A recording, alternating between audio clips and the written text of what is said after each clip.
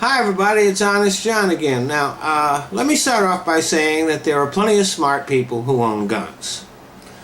None of them are NRA members, but there are smart people that do own guns. And there are lots of good reasons to own guns. Self-defense, sport, hunting, target shooting, or even just being a collector. But if you think that your owning a gun is protecting your rights or anybody else's, then no, that's not a good reason to own a gun. If you think that you're somehow going to overthrow the government with your gun, that's not a good reason to own a gun either. The Founding Fathers were really smart.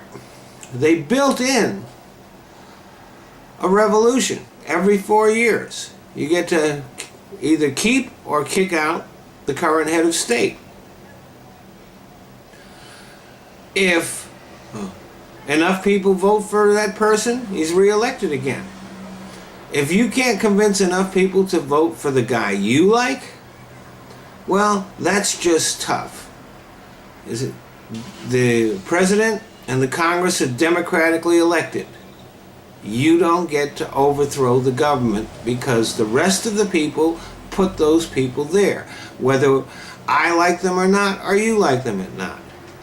So if you think that you're going to use your gun to overthrow the government, why don't you just take the gun and shoot yourself in the head?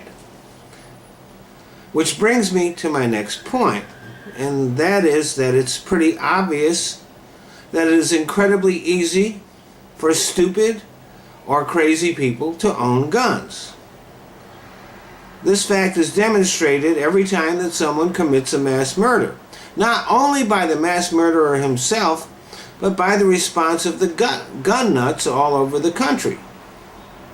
The latest example is Joe Werfel, also known as Joe the Plumber, who wrote in an open letter to the parents of the victims of the Isla Vista shooting that their children's right to live did not trump his right to own a gun.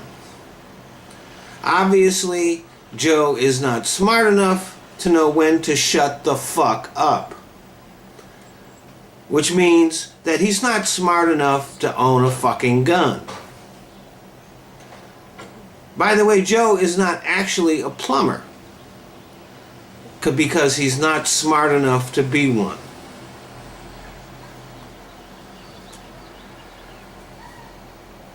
Let me point out something that old Joe obviously missed. The right to own a gun is not in the main body of the Constitution. It's an amendment. It's not even the First Amendment, it's the second one. Whereas the right to life, liberty, and the pursuit of happiness are all in the main body of the Constitution. They're the first rights mentioned.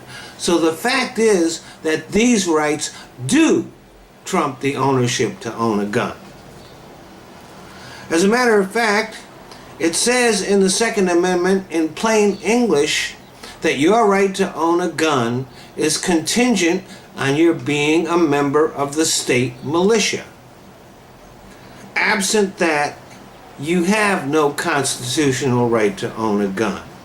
Gun rights are statutory, not constitutional. And in order to belong to a state militia, you would have to pass a test. That means that the Constitution actually mandates testing as a prerequisite to gun ownership. And these tests should include both IQ and psychological testing.